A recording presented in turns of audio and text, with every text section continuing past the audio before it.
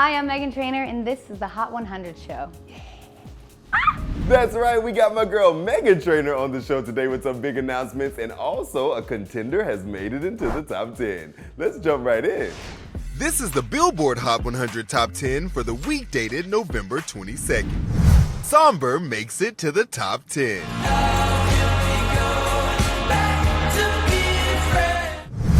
Morgan stays locked at 9.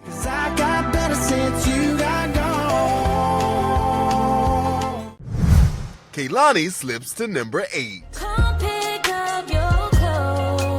Listen, I don't want to shade Xander or Delisa here, but Trevor, my boy, second contender you got in the top 10, Sombr's made it. You see me? He knows. I know. I just know what I'm doing. That's all I can say. But of course, shout out to Sombr. I thought maybe it could be a Sombr September. I'll take a Sombr November. That's still a W in my book. But obviously, a huge achievement for Sombr to get that first top 10 on the Hot 100. This is one of those songs too, kind of like we saw with Mutt and Leon Thomas. This song has been around for a while. It's been out, I think, even since the end of last year. Kind of made its Hot 100 debut. Earlier this year, took about 7-8 months to get to the top 10 in its 33rd week. So again, just one of those things where we're gonna talk about a lot of songs that feel like they're staying on forever, but there's also this other sort of story and arc going on where we have these underdog songs kind of moving into the top. I know one thing Gary points out is how many best new artist contenders are in the top 10 right now. So kind of this pick, this sort of duality where it's either you're hanging on for a long time or you're coming through and finally finding that breakthrough hit. Exactly. Like, I feel like in the past we've talked about how there aren't that many new superstars. It's a lot of the familiar faces in the top 10, but now we've got people like Sombr and Olivia Dean and Leon Thomas and all of these newcomers where it really feels like a new crop of superstars that are taking over the chart. And I mean, 33 weeks is a long time for a song to be, climbing up the charts. What do you feel like it is about Sombr lately, or what has he done that's really kind of pushed him over the edge? I feel like, I don't know, it may just be me, but my feed is like Sombr every week. It's a performance clip, it's an interview, it's people connecting to his music for the first time, for the 50th time. I think a lot of people are just really excited about Sombr and what he's providing in music right now. I think, like, to what you were just talking about, the fact that how many best new artist contenders are represented right now? 4 in the top 10. Yeah. 4 in the top 10. That's really impressive. And I think that is what is fueling this Sombr conversation, is because I think a lot of people are either really excited to see him there or really interested in who he is. So I think it's a little bit of like, who is this newcomer? And thank God he's finally getting the credit that he deserves. I was saying one thing about it's just putting in that work. He's been on tour for a while now. You see the performances start to go around. There's particularly one that went viral off sort of an incident. So I guess all press is good press, but he's really been working the circuit. The song is doing very well at radio, which has been a big driver and component. So we know that radio kind of inch by inch over time helps those songs out as well. So it's really one of those things that's, there is no huge groundswell. There is no, viral TikTok that just exploded the song out of nowhere. But it's just really a testament to working the circuit, putting in the work week by week, and you get the result at the end. Absolutely. I mean, I really love the MTV VMA performance. That's when I first started checking for him. So I think the live performances for him is where it's at. And of course, elsewhere in the top 10, we got Morgan Wallen. He's hanging on to number 9. And then Kehlani slips a spot this week with Folded. Both of them obviously heavily in the conversation as well. How you guys feeling about those two? I love me some Folded. I am so happy to see Kehlani sitting in this spot. I think it's honestly really refreshing and surprising, not saying that as a reflection of R&B, but just at the fact that R&B is, at least for me, finally getting back to that kind of hold on the Billboard charts again. I think it's been one of the highest points, I think, of my year, being able to look at this top 10 and really see how the genre is being represented. I think it's getting back to the times of the 90s and the aughts where we were there. R&B was really, really there. So to see Folded get this moment is massive. It's huge. It's huge. And so I'm really excited. And I mean, just how R&B is really reflected all throughout the charts. So I'm actually really excited to see what this conversation is going to look like in 2026 and see some other R&B artists really starting to follow into this kind of wide open space that's on the Billboard Top 10. I'm not going to say crevice. I'm going to say it's a wide open space for R&B to kind of really hold on to the Billboard charts again. Yeah, I think for sure with the R&B conversation, it's sort of in the way the rap conversation is right now, where people saying, okay, there's not a lot of hits represented at the top. But to your point about like R&B never left, it was just like the great music for whatever reason wasn't translating into this mass audience. It wasn't like there weren't great songs out there. It just, for whatever reason, it started to realign in a way that I think the songs are getting the success that a lot of people think they deserve. And I think in particular when you look at Folded and Mutt as these two sort of songs that are carrying the torch right now, both those songs are not, these sort of factory, let's create a hit, kind of like force it to be. These are just pure, great R&B songs that have really found such great reception, with the public. Like, people love these songs down and have been championing these songs for months. I mean, you think of their industry peers, all these songs are getting, all these Grammy nominations, all this love. So it's really a, entirely covering the spread. That radio is on board, the people are on board, the industry is on board. It's one of those things that it's just a better story all around than, just sort of forcing some, mass-produced, danceable kind of hit. These songs are just top to bottom A1, and to your point, like, I'm excited to see people saying, okay, R&B is back, y'all know, like, it never left. Let's continue this momentum. Let's get these kind of great songs out there, and hopefully other artists like a Kehlani who's been out there for a while, a Leon who's new. I mean, there's room for everybody to be up in the mix. We are welcoming the rhythm and blues. I love it, y'all. Let's check back in with the charts at number 7 through 4. Mutt is up to number 7. Justin Bieber is still at 6.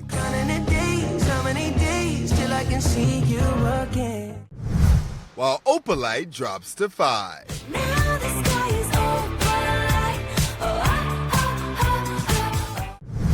And Man I Need is up to number 4. I gotta know you're meant to be the man I need. So Bieber and Mutt keeping the R&B vibes going while Opalite falls a spot and Olivia Dean rises. How we feeling? I'm feeling great about Leon Thomas. He's obviously had a huge past few weeks. He was nominated for tons of Grammy Awards, including Best New Artist and Album of the Year. I feel like this is a song that's going to stick around a little longer. It's a newcomer to the top 10. It made it here a few weeks ago, and I feel like as Grammy season starts to ramp up and we start to see more press from these guys, this song I think the sky is the limit. We'll see if it can get to number 1. Maybe after the holiday season, once we see the familiar faces, Mariah Carey and Brenda Lee and Wham come back, but I feel like January might be Leon's time at number 1. We'll see. Okay, Xander. I'm calling it right now. We'll see. That's a contender if I ever heard one. Okay, listen, he's putting it in right now. Yeah. We're gonna run this clip back in a few months and it's gonna be remember when. But yeah, to the point, I'm excited about the Grammy conversation because I think, in a way, like last year, I remember Chaperone, Pink Pony Club was already on its way, but had a big Grammy breakout moment that really propelled that song to a second wind. I wouldn't be surprised if they're actually, as big a song as Mutt is in the top 10 for a couple weeks. If there's probably a good size of America that's never really heard this song. So, assuming Leon performs it at the Grammys, I obviously, Album of the Year contender, he should be on the short list. He'll get maybe that Best New Artist showcase or whatever like they had last year. I think Mutt could find a new audience for people who have not been paying attention this time around, and you're right. I mean, they could have a second wind after the Grammys and keep going into the spring. Absolutely. All I gotta say is my mom loves this song, so I think it's gonna be number 1. Okay, because if Deborah can hear it, I know it's gonna hit the masses. Come on, Mama knows best. Okay. It's gonna hit the masses. Shout out Deborah. And I mean, Olivia Dean also in the Best New Artist category. So since you guys are, doing your little predictions, how are we feeling about that category? Do we have a strong contender for the Grammy pick for Best New Artist? Oh, okay. Oh, I gotta remember who's nominated. We got Lola Young, Cat's Eyes in there. Oh God, you guys, that's the hardest question of the year. I'm going Olivia Dean. I feel like she has a crossover appeal that really works. I just saw her on SNL this past weekend and she was amazing. Man I Need is a huge breakout for her. I'm going with Olivia. I mean, they kind of do like the British. Songstress, if that's Especially still a when we word. have a crossover appeal. Yeah, like the Amy, the Adele was always in that mix. I do know, I think her album has been greatly received. I know people I would not expect to like Olivia Dean or even be into that kind of music are hitting me up. They're like, yo, this album top to bottom. This album is really great. But I think, and she'll have the right momentum going in, but that's tough. Leon Album of the Year. That's what I'm trying to, this is what I'm trying to look at. I'm actually not trying to look at the 2026 stage. I'm actually trying to look at the 2027 because we know that whoever wins goes into the next year and presents. So I'm thinking about Chaperone's gonna be there to present this award to this next person. So that's actually what I'm looking at is who from the momentum of this past cycle is going to continue to ride the same kind of wave and higher. I think Olivia Dean has a really strong case of that. I think Leon Thomas has a really strong case of that. I think Alex Warren has a really strong case of that. So this is like the toughest question. I am so glad that I have nothing to do with this and will merely be watching on my couch, because that's a tough one. I will say a lot of these artists who are up for Best New Artist had albums that were eligible for Album of the Year, but the only one that was nominated for Album of the Year was Leon Thomas. So I'd say even though I want Olivia Dean to get it, I feel like Leon might be the front runner. Did Olivia's album come out too late? Olivia's did, but like Alex Warren had an album that worked, a few other artists in that category, so. Well, guys, I happen to have someone who won the Best New Artist Grammy here at the studio. Let's give it up for Meghan Trainor.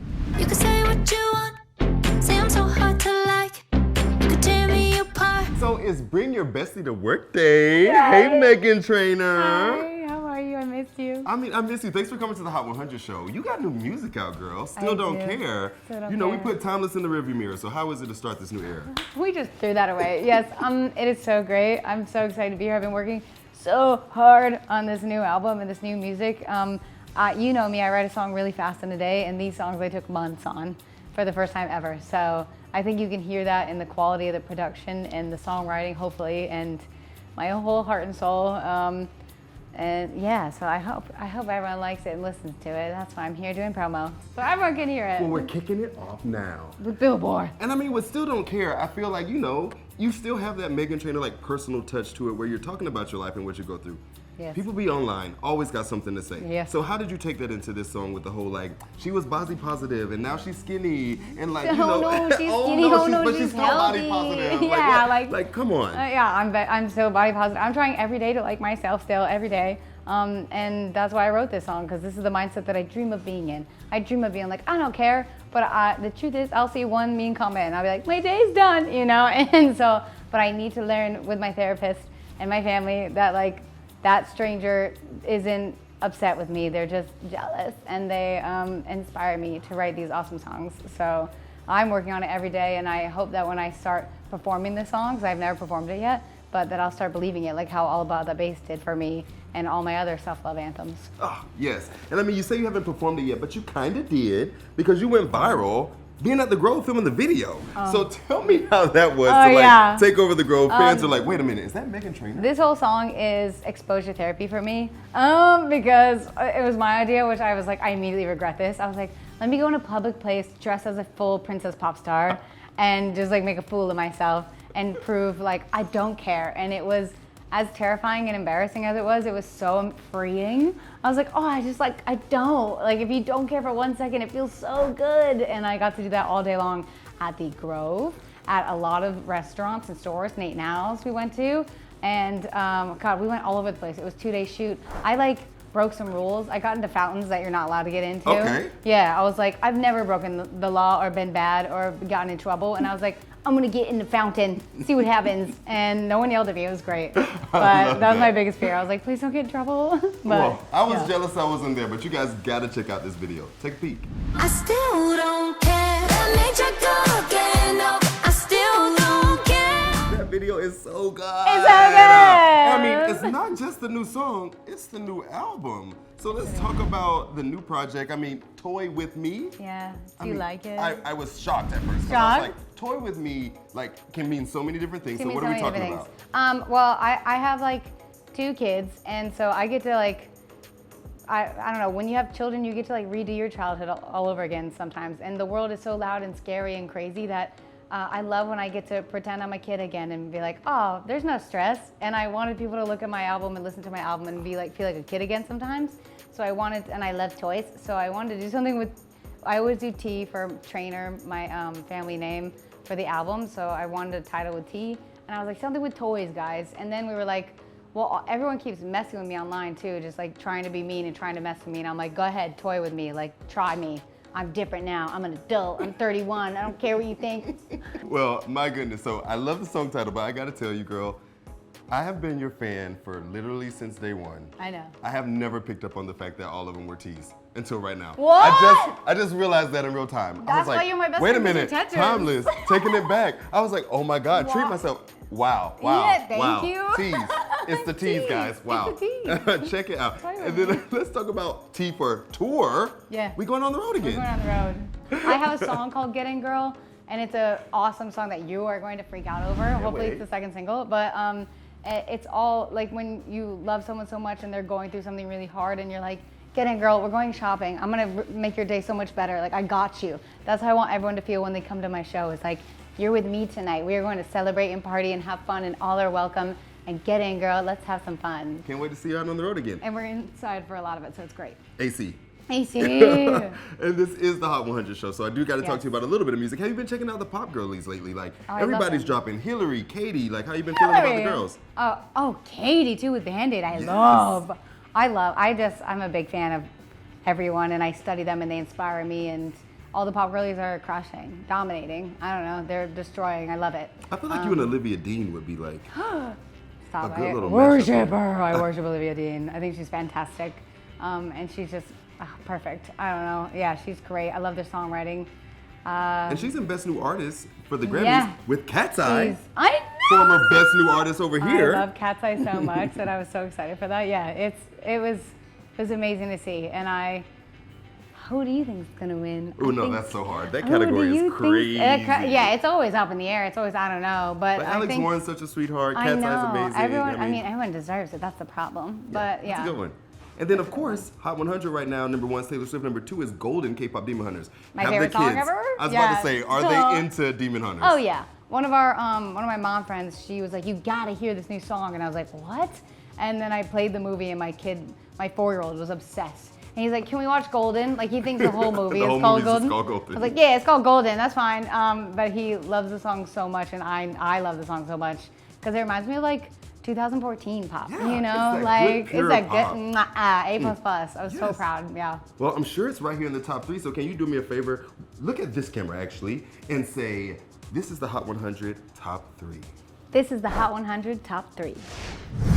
Ordinary is still at number 3. Ordinary, I want you laying me down to the dead and buried. As is Golden at number 2.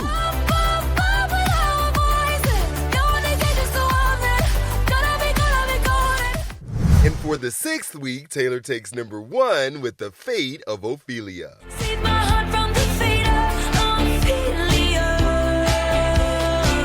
All right, no movement in our top 3 for I feel like maybe the 3rd or 4th week in a row. I can't remember, but Taylor is still number 1 for the 6th week with The Fate of Ophelia as Opalite slipped a spot. So how are we feeling about our girl, Miss Swift? I mean, I'm honestly surprised to see that Opalite slipped a bit. I think after the conversation we had last week, I was actually thinking that one was going, I was thinking that The Fate of Ophelia was going to drop, and we were going to see more of this fan-chosen perspective of Opalite being the one that everyone is really excited for. Like, I think Xander said this last week. It's like, The Fate of Ophelia, obviously that's the one, that's the one that Taylor and co are pushing, but the Opalite is the one that's being chosen. And I know every week when we talk about Taylor Swift, I am indifferent, and I do want to address. Don't look at me like that, Trevor. I'm not. See, I'm not looking at nothing. Eyes closed. Eyes closed. But I do Eyes want to closed. say that I think Opalite is the most interesting because it's what the fans want. That's the one that we're seeing out of all the songs that could have stayed on the top 10. That's the one that's still there after the one that Taylor Swift is actually pushing. So I'm a little surprised to see it slip, I'm not gonna lie. I will say, I think this is just like a blip. I feel like this is the week that, like, at least for Opalite, it will have its moment to climb. I feel like this is the week that The Fate of Ophelia hits number 1 on our pop airplay radio chart. So I feel like Team Taylor was really pushing to get that to number 1 on that chart, and of course all of that radio push helped keep it at number 1 on the Hot 100. But I feel like as the radio streams or the radio airplay for Fate of Ophelia start to die down, then they'll turn to Opalite and then it'll climb back up the chart. So even though Opalite is dropping this week, I feel like it's still gonna have its time. It'll return to the top 3 in no time. So I don't know, maybe it'll even get to number 1 sometime in the spring. We'll see.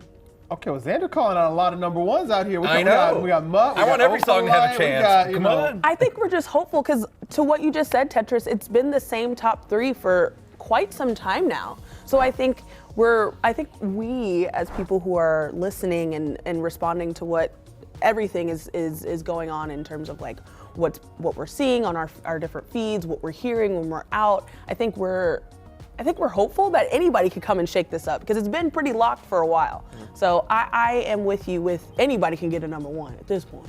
And I mean, what's interesting to me with Team Taylor is that it reminds me a little bit of Cruel Summer, how like that was a song that the fans really wanted, but Team Taylor didn't really pay any attention to it, so it became a hit later. So I do wonder, like, at what point will Taylor post about Opalite, do a music video, or promote it as a single? Yeah, then yes, I think that's definitely got to be in the bag. I could see that happening once all of the hype for Fate of Ophelia dies down, maybe after the holiday season when the Hot 100, the slate looks a little more open and all the songs are going to be fighting to be what's going to be the breakout moment. Obviously this year was Die With a Smile. Right after Mariah Carey's moment, Die With a Smile snuck in and got to number one for the first time in January. I feel like there's going to be a lot of songs who are going to be fighting for that top spot, maybe that second week in January. So maybe it'll be Opalite, maybe it'll be Leon Thomas, who knows? But I mean, forgive me if I'm wrong, but Taylor Swift usually does something where like she shows the music making process, right? Like that's like a thing that she typically does with all of her albums. There's like a deep dive accompaniment. Am I tripping or is that not a thing?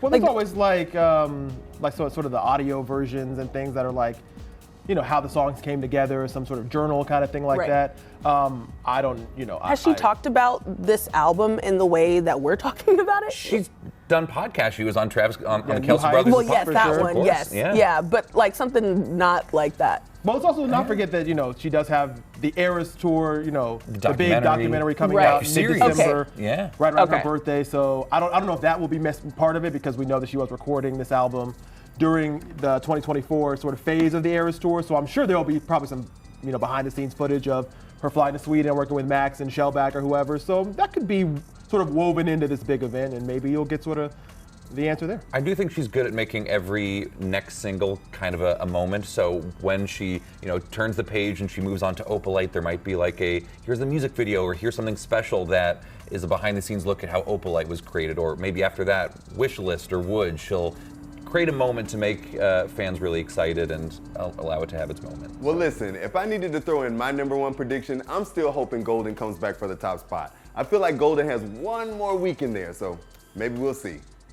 I don't know, Golden had its moment. It was, what, 8 weeks? Yeah.